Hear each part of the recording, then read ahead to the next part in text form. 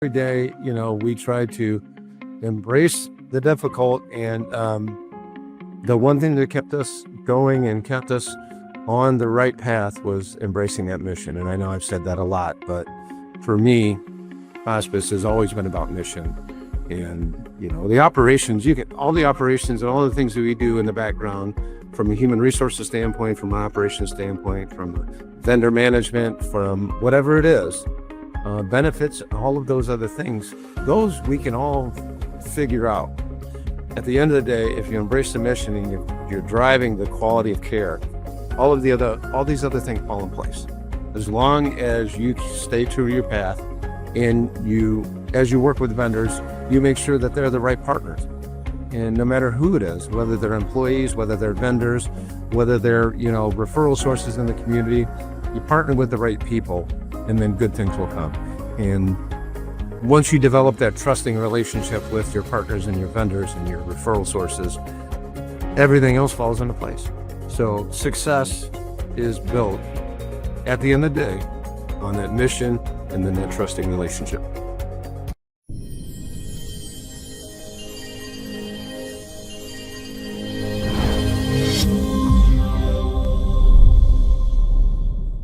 Hello and welcome to another episode of the Break Free podcast, where we're interviewing people that are really making this world a better place with their companies they're leading. And today we have with us Rick Russell. Rick, welcome to the show.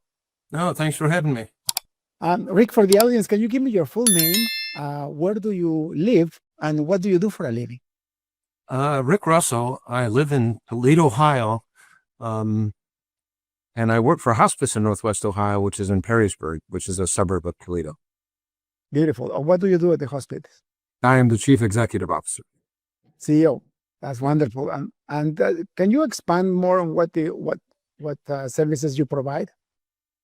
So Hospice in Northwest Ohio, we provide end-of-life services for those who qualify for it, and we provide palliative care services, which is really about comfort management for anyone in our surrounding communities that needs support for symptom burden or just supportive care and comfort management if they're dealing with a chronic illness. That's when I was about to do your podcast, it reminded me of my father's death. He didn't go to a hospice, but looking at the deterioration of life, he had 2 years to live. He got pulmonary fibrosis, and as the time came by, he was diagnosed with 1 year of lifespan that he actually lived. The Lord gave him an extra year. But towards the end, it was getting harder and harder and harder. And I wonder, I am not familiar at all with a hospice type of service. And I wonder how do you guys add value to not only to the patient, but also to the person, to the family around the patient, right? So when we talk to patients and families, it really is about aligning kind of the care that they wish to receive. So aligning their goals of care with the services we provide. And, when we talk about how long do you have left, that's not real important to us. It's how do you want to spend the time you have left? So when we talk to patients and families, it's about what do you want your care to look like for whatever time you have remaining? What kind of services do you need to maintain or improve the quality of life that you have, and what can we do to support that? So depending on those answers, will send us down one of two paths. Our palliative care program can embrace them while they're going through active treatment if that's what they choose to do. So we'll help them along their journey through treatment to support them in any side effects of treatment, any pain issues, any comfort issues they're having with treatment, connect them with the community resources that help them with that journey. If they decide that they don't want active treatment, they don't want aggressive therapy, they can choose hospice care. Hospice care is typically designed for those individuals that have anywhere from 2 days to 6 months to live, although there really is no strict time frame around that. It is about whether or not they have a life-limiting condition, and our physician and their physician agree that their illness is terminal, and the family chooses comfort or palliative care. So then they enroll in our hospice program, and that brings with them a whole suite of services. We provide aid services, we provide all the equipment, medications, supplies that they need to maintain them wherever they wish to be, whether they choose to be in their own home or if they live in a skilled nursing facility and assisted living, independent living. And if their symptoms become difficult to manage or unable to be managed at home, we have 3 inpatient hospice centers that we can take them for a short time to get those symptoms under control and get them back to where they want to be. So that is really, in a nutshell, the hospice benefit. And there's a lot more I can talk about that, and I can talk for hours just on the hospice benefit. But in a nutshell, that's what those services are all about. And it's not about, one question I get quite a bit is when I tell them what I do for a living, they say, wow, working in hospice must be hard, dealing with death all the time. And to be perfectly honest, we don't think about the death itself because death is a destination. We think about the journey. The journey begins with their time with us, and how do we make the best of whatever that journey looks like for that patient and their family? And then how do we support their family in their grief journey after they lose their loved one? Death is just a stop on the road. And yes, it's important. Yes, it's meaningful, but we don't focus on that. Everything we do is focused on quality of life. That's beautiful. Do you find that people get closer with their spirituality once they're getting into that final stage? Yeah, we really do. And no matter what they feel, whether it's spiritual, whether they're religious, we do see people reflect. And our spiritual care coordinators are very adept and very skilled at helping them through their journey. Sometimes it's a journey back to faith. Sometimes it's just a journey of self-reflection and connecting in a real way with their family members. Sometimes it's reflection and connecting with a deeper sense of self and developing a peace with whatever kind they have left. So our spiritual care coordinators and chaplains are very gifted at helping those along, helping them. Again, they define their own journey. We don't define it for them. We're there to help aid them on that journey and whatever it looks like. But we do see a lot of people that connect in a real way with their spirituality as they get close. My dad was born Catholic. He never really got into that type of faith, not at least not that I know of. But he had a very his life was his life was challenging. I mean, he lost his wife, my mom, when she was 33 years old. He had 5 kids. I was 2.5 years old. My baby sister was 6 months old. And then all the way up to 14 years old. And so here is a man in his early 40s with 5 kids back in the 70s, right? Mm-hmm. Hard. And then later on in life, my older brother gets killed in the war in the 80s. So that caused him to dry up spiritually, I think. And he started to identify himself as an atheist for most of his life. We knew he believed in God for sure, but it wasn't like he would actually make a point to say that he didn't believe in God. But when he was diagnosed with his terminal illness, everything started to change little by little. And my mother-in-law, which she was a widow herself, she actually started sharing about the love of Jesus Christ with him and just trying to pull back that faith that he already had. So we saw a gradual change in his view of faith, and surely towards the end, it really helped him do the transition. Like when I was there in the hospital bed when he passed away, he wasn't conscious anymore. But I got there the night before. He had 10% left of his lungs. So the last few hours he was sustained by a machine, basically. Mm-hmm. But he left this world born again Christian and with a strong faith. I went back to his house. I was the executor of his will. So I had to remove everything, and I found his computer and was filled with scriptures and with sermons and things of the Lord. And it wouldn't go past 1 month if you look at the history. Right. So I wonder, that's why I asked the question, because in this case, we're all Christian, our faith is Christian, and we all know that he's with the Lord now. But it must be similar for people that actually have the luxury to know when about they're going to die, right?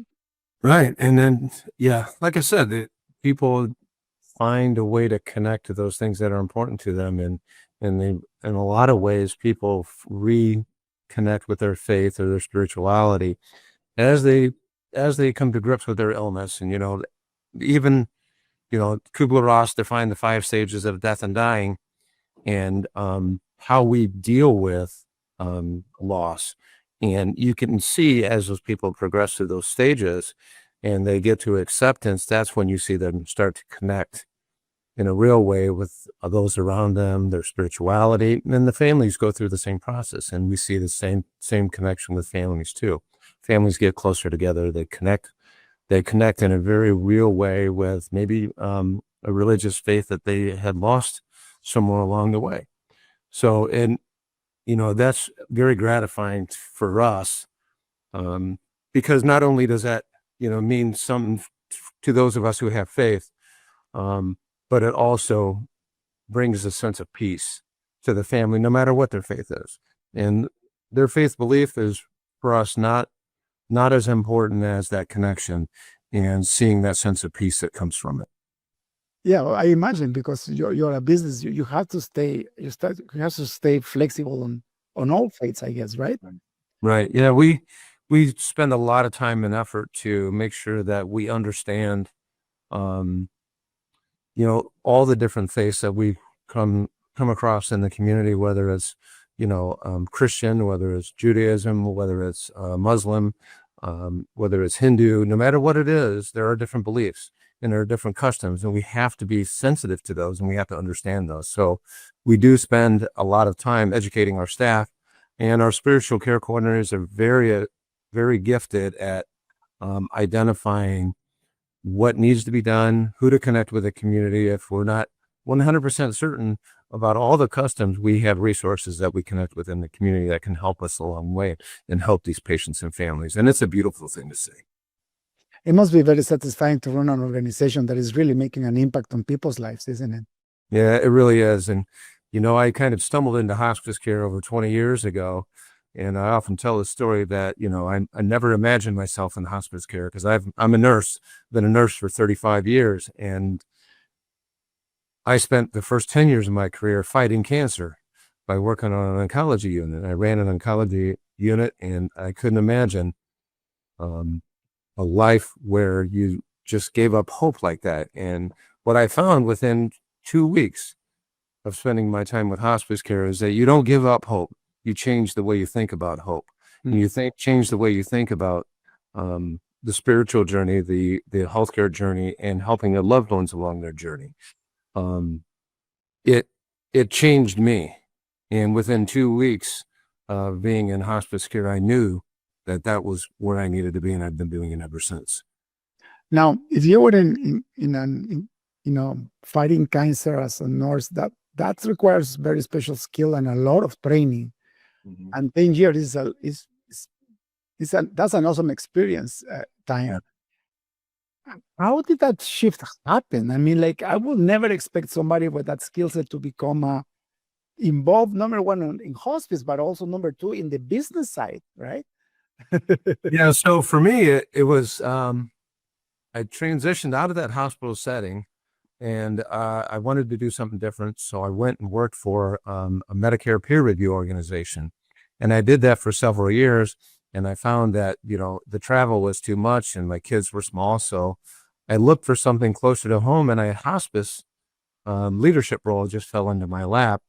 And I selfishly, to be honest, took it to be close to my kids. I had an understanding of hospice, but I didn't know at the time what the impact that would have on me. And the impact was profound, as I said before. So I just kind of stumbled into it, and I'm fortunate to be still doing it today.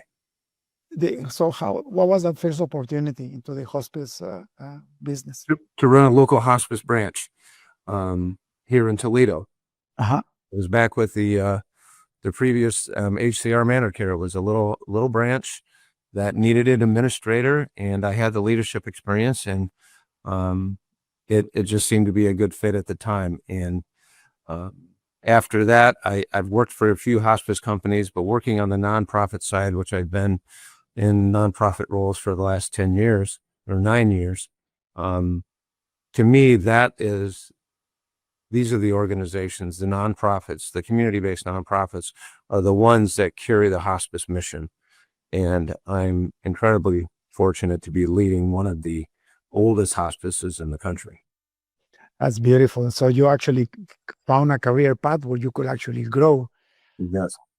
It's interesting to note that you mentioned that the non-for-profit is the one that actually delivers the most impact or the actual mission. You have experience in both, I guess, right? Yes, I do. So what's the big difference when there is for-profit and for non-profit? So when I look back at my for-profit career, there were a lot of great things that some of the for-profits do, and I don't want to paint with a broad brush and say all the for-profits are bad, because there are some mission-driven for-profits out there that really believe and do the right things for their patients. But there are some out there that are very and mostly interested in the margins that could be produced. And for me, that it's always been people. It's always been about the quality of care. In a lot of ways, the margins take care of themselves, but when you're focusing on margins and you don't reinvest in the people that provide the care, and you don't reinvest in the community, and you don't reinvest and provide some of the services that the for-profits won't provide because they're too expensive, it changes the way that hospice care was always meant to be delivered. Mhm. And we have embraced that. And it does not matter to us what the service is or what is required to keep that patient and family where they want to be and keep them comfortable and maintain or improve their quality of life. We're going to provide it. For-profits these days are driven by that margin, and a lot of private equity firms are investing in hospices because they think they can drive high margins. And I can tell you that you can if you do it what I feel is the wrong way, or if your focus is on margins. But if you provide hospice care the way it should be, there is not much of a margin there, because you reinvest in the people, you reinvest in the patients, and you reinvest to support that overall mission. Yeah, makes sense, right? So instead of getting shareholders more value, you're giving your patients more value by providing better service and reinvesting in your staff. That makes a lot of sense. Now, what is your funding model? Do you rely on donations, or you actually charge your patients, or a combination of both? We actually, most hospices across the country rely almost solely on Medicare funding. So for those patients that are of Medicare age, hospices across the country are usually dependent on them for 85 to 90% of their revenue on Medicare. We do also rely on Medicaid funding for those who are less fortunate. As a community-based nonprofit, we have had the good fortune to have many donors over the years support us. So we get tremendous support from the community, and a lot of the programs that we provide and the depth of our programs are because of those funds. Mm. We provide a children's grief camp every year that is completely paid for by donors. We provide bereavement services out in the community, education out in the community, far beyond what was expected or what any others in the community provide. And we're able to do that because of community donations and community support. We provide a high level of charity care. So for those who don't have a payer source, they don't have insurance, or they can't afford copays, we will work with them, or we will provide that care for free. Whether or not they can pay for care has no impact on whether or not they come on our program. We will embrace them no matter what, if it's through our palliative care program or through our hospice program, and we will provide the same level of care. And that's our commitment to our donors. That's our commitment to the community for over 44 years, and we live that every day. And I guess you shall know them by their fruits, right? Like the fact that you're still in business for over 44 years and thriving means that the model works and you're actually delivering the value, because this is the beautiful thing about the free markets, right? You choose whatever you want to do. Right. You want to have a for-profit one, or you want to have a non-for-profit hospice. You're still going to have the competition. You still Right. don't have to provide the best value you can ever think or get, because otherwise in a couple of years, you will not be there, right? Right, right. And it's up to us to tell our story. In a lot of ways, some people don't understand the difference between for-profits and not-for-profits and the connection to the community. They do understand that we've been here for 44 years and we've always been there when people need hospice care. And when they can't afford it, they don't get a bill from us. So they all understand that. But when you have some of the for-profits coming in making promises that they may or may not be able to keep, it becomes tough from a competitive standpoint. So we have to respond to that. But we respond to that by deepening our services. We respond to that by broadening our programs. We've introduced a couple of disease-specific programs, and we'll continue to do that to improve the quality of care we provide, because we're not asking family members to trust us because we've been here 44 years. We're asking them to trust us because we provide the best quality of care in the market, and that we will continue to walk with them no matter what. And that's what's most meaningful to us. And we'll continue to work on our programs to get them better. We want to prove to everyone that we are the best option out there. Whether or not we're a nonprofit or for-profit, we are the best option for care. That's beautiful. And that's how you said in a nutshell, that's why these countries, Canada and the USA, are such beautiful, thriving societies. And it's that drive, right? The drive to provide the best care in this case, which makes a lot of sense. Tell me, within your 20 years of this career, what has been some of the most challenging times, and how were you able to come out of it? Well, I've gone through several transitions, went through a transition from a publicly held company to a private equity backed. And that really opened my eyes to what the private equity side of things look like and kind of their focus. And that soured me on the for-profit model.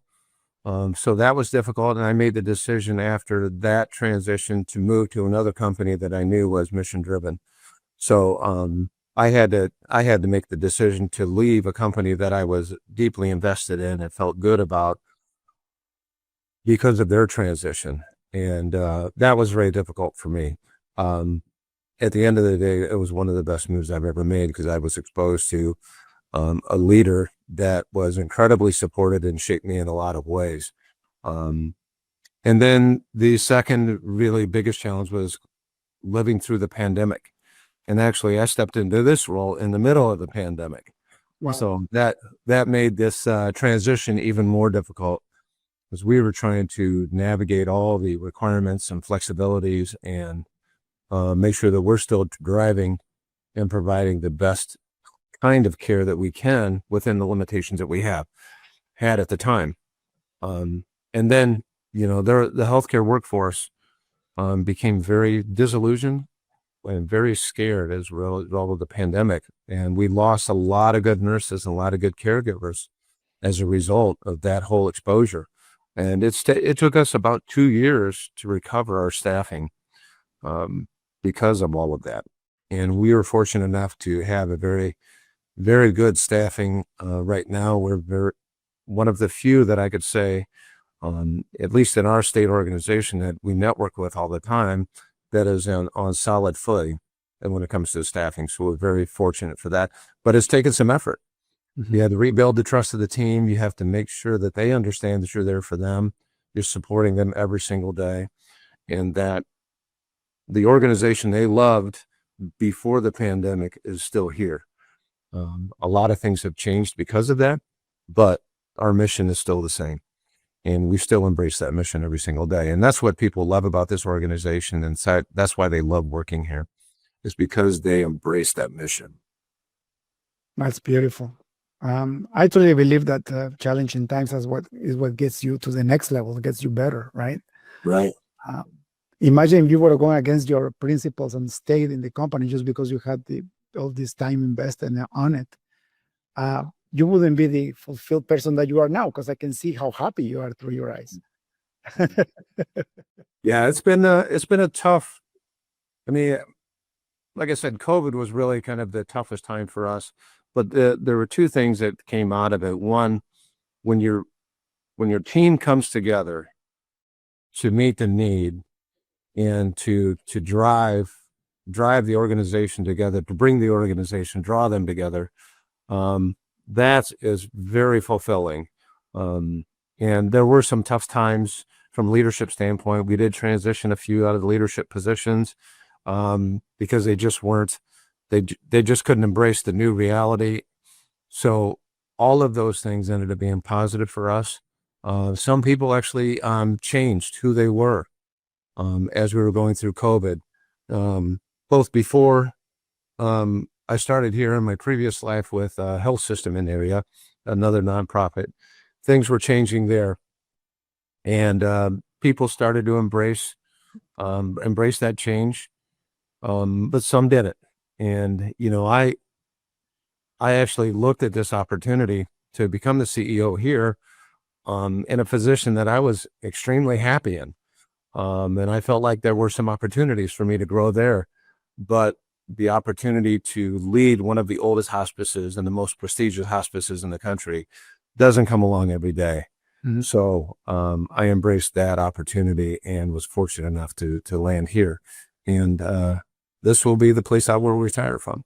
I guarantee you. You sure are brave, though, Rick. Like taking on that big responsibility in the middle of a horrible pandemic.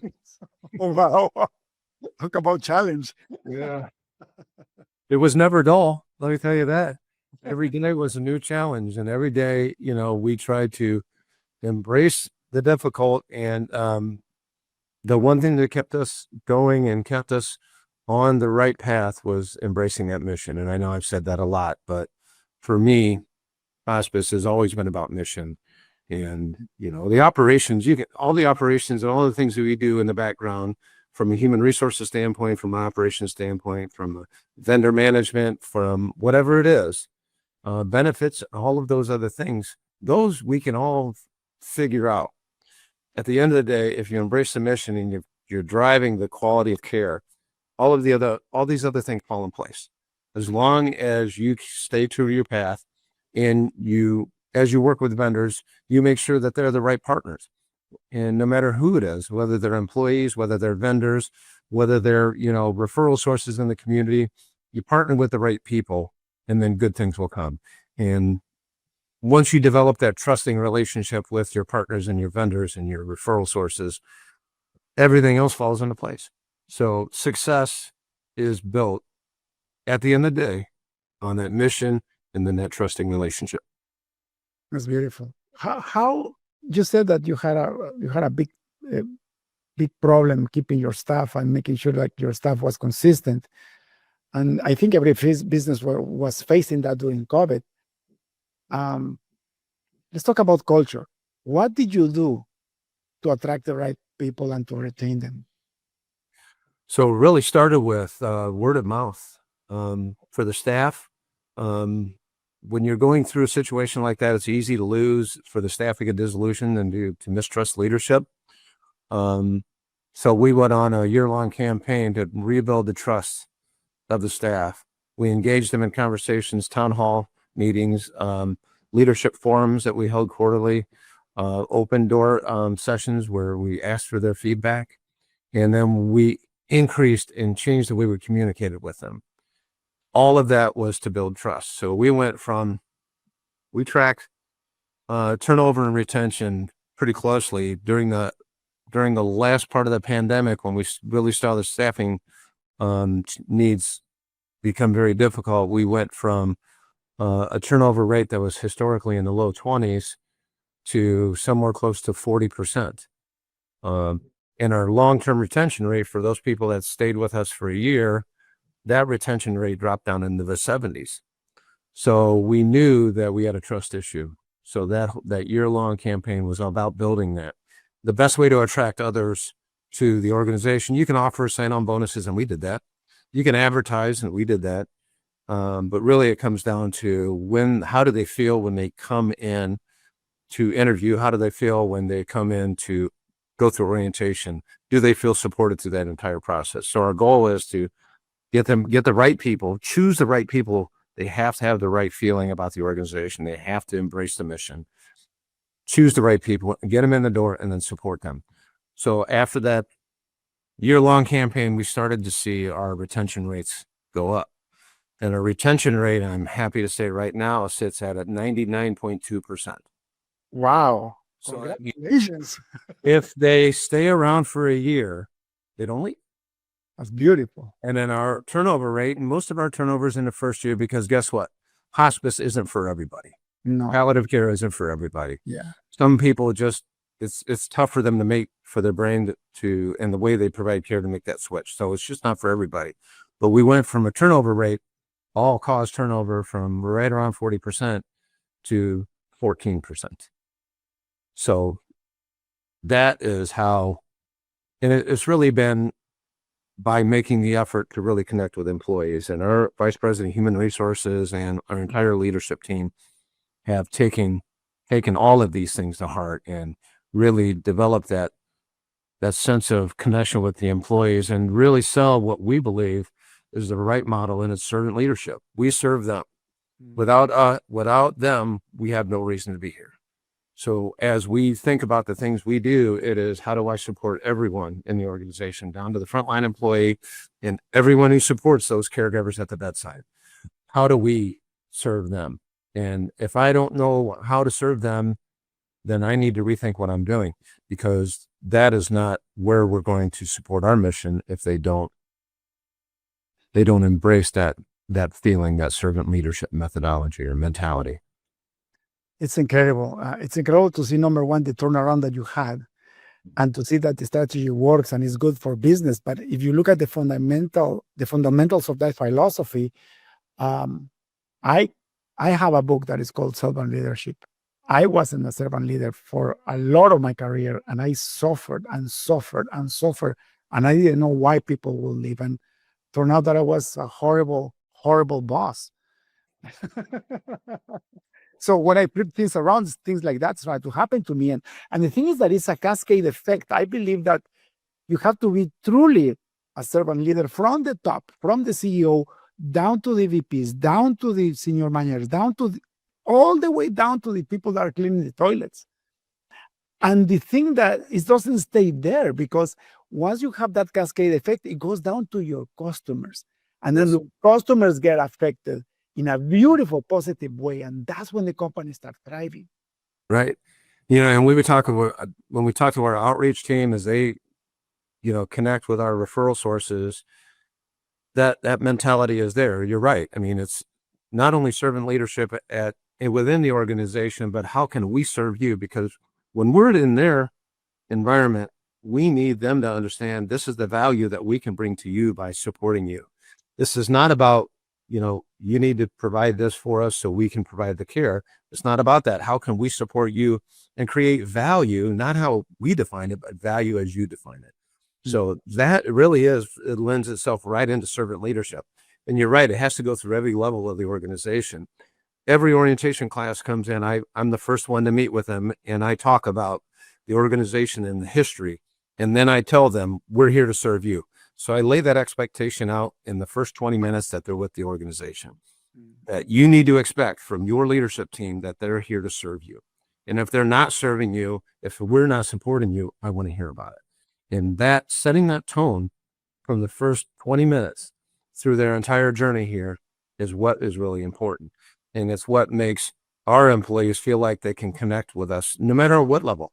I connect with employees in the hallway all the time, or in meetings where we're talking about things that impact them. And I need to hear that from the nurse at the bedside, or from our coder, or from our quality specialist. I need to hear from them what barriers they're having so we can help figure out how to overcome them. So they have to be comfortable to talk to every level of the organization. And that's the kind of environment we try to create here. Beautiful.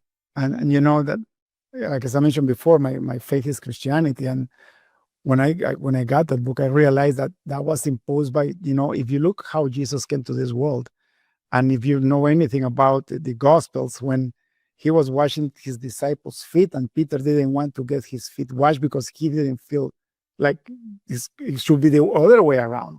Right. Because that's actually what culture tells you, is if you're the boss, they're going to serve you, right? Like if you're the king, you're going to have all these peasants and servants, but it's the opposite, right? Right. Right. And actually it's good for business. This is the crazy thing for me. Like you adopt this in your companies and you actually believe it in your heart because you cannot fake it. If you fake servant leadership, it's going to blow up on your face because you're going to get cut, right? Because it comes from the heart. But if you truly do it, it's actually great for business. It really is. It is. And I made mistakes early on. You said, one of the things early on is that you were a horrible boss. I can tell you my first leadership position was on the oncology unit. I was an assistant director and I knew how to do things.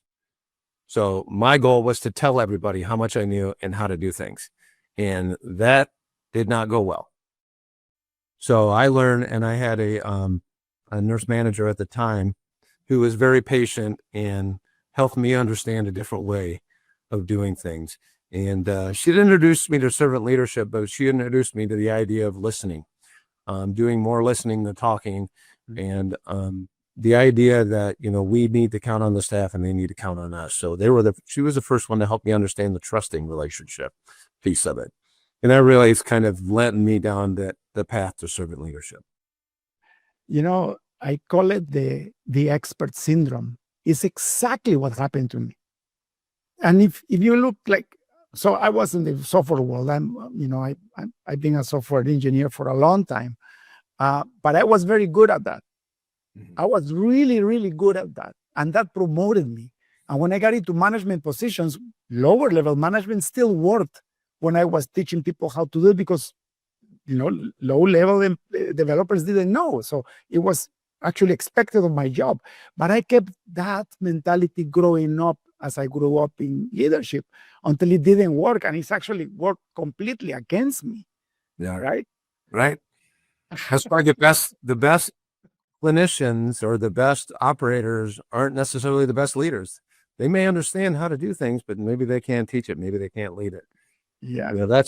That's been kind of the downfall in hospitals and nursing for years, is they find the best clinician on the unit and they say, you need to be a manager. Mm-hmm. Not every good clinician is a good manager. Some people need to stay technical, don't they? Yeah. Yeah. Some people are fantastic at the bedside and they love it. And you put them in a management position because they want to try it and they're miserable. Yeah. Put them back at the bedside. Let them do what they love. I did that mistake. I promoted, I literally had a genius coder. He was incredible by any standards. And I actually put him in management. And then I let him run our South America office. And it took 6 months for everything to implode. It was a horrible, horrible experience. And so, but what do? I didn't know what I was doing myself, right? Right. Yeah. Rick, thank you so much for your time. It has been a blessing. I know our audience are going to get a lot of golden nuggets out of this. If people are listening still, guys, go learn how to be a servant leader and you'll see how your life will change dramatically. Right? Yeah. It has been a tremendous fundamental change for me when I embraced it. And I really couldn't think of leading any other way because it's the model, and in graduate school, I went through a lot of leadership courses and they talk about a lot of different models, but the only one that really makes sense to me, especially when you're talking about dealing with health and dealing with people and the care we provide, it's the only one to me that embraces kind of what we do already. So I couldn't imagine doing this any other way.